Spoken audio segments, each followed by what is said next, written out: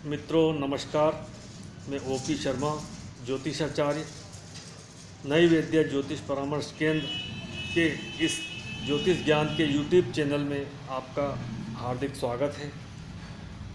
हम यहाँ इस चैनल में विभिन्न ग्रहों के निर्बली होने की स्थिति में उनको कैसे बली करें और उनके समुचित परिणाम प्राप्त करें अपनी दशा महादशाओं में, इसके उपाय, मंत्र जाप या रत्न धारण के बारे में जानकारी दे रहे हैं। आज हम बुध ग्रह की जानकारी देते हैं। इसके पूर्व हम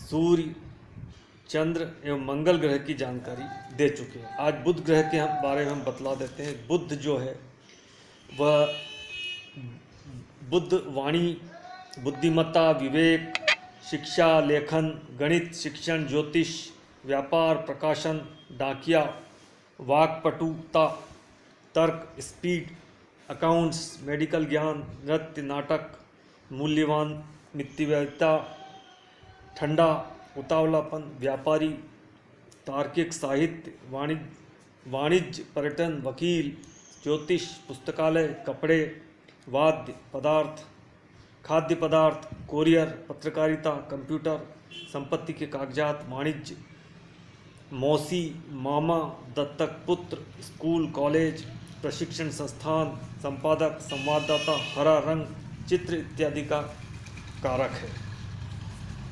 बुध जो है हमारी जो जन्म कुंडली में जो है यदि लग्न में बैठ जाता है तो जातक को बुद्धिमान कहा जाता है।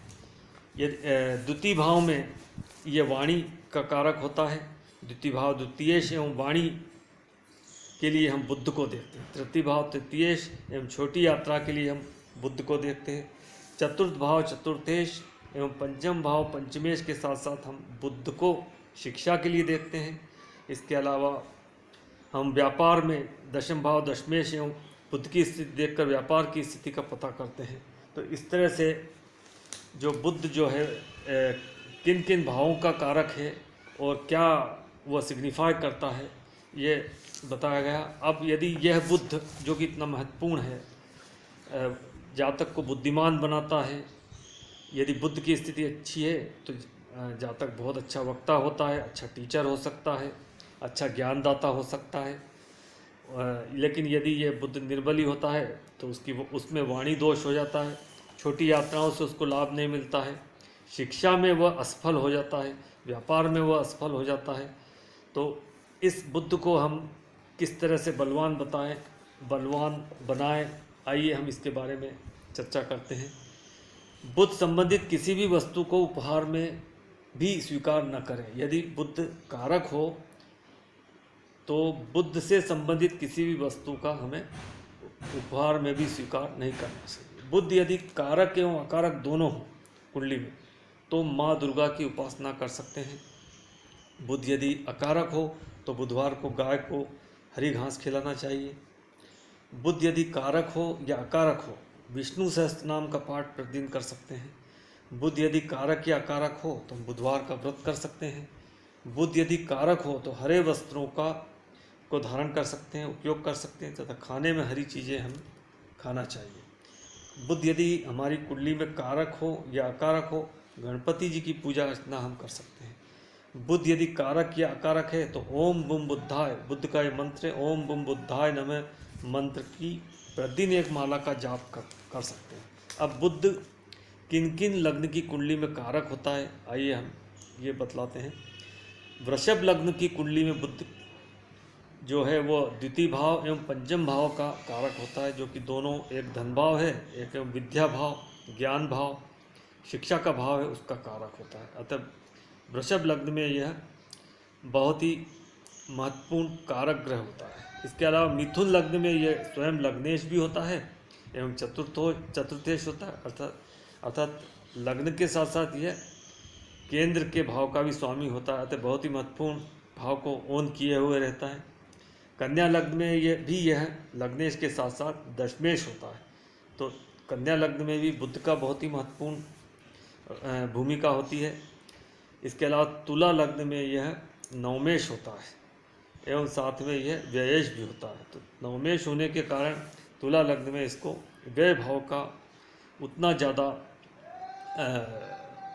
फल देने की आवश्यकता नहीं होती है। बहुत कम फल इसे व्यय भाव के प्राप्त होते हैं जातक को, लेकिन क्योंकि नवमेश जो है वह त्रिकोणेश होता है, त्रिकोण भाव का स्वामी होता है। मकर लग्न में ये नवमेश होता है, साथ में ये षष्ठेश होता है। नवमेश त्रिकोणेश होता है, त्रिकोण भाव का स्वामी होने से षष्ठम भाव के इसको बहुत कम फल देने होते हैं। कुंभ लग्न में यह त्रिकोण भाव का स्वामी पंचमेश होता है, साथ में अष्टम भाव का स्वामी भी होता है। अतः पंचमेश होने के कारण यह अष्टम का उतना दोष नहीं लगता है।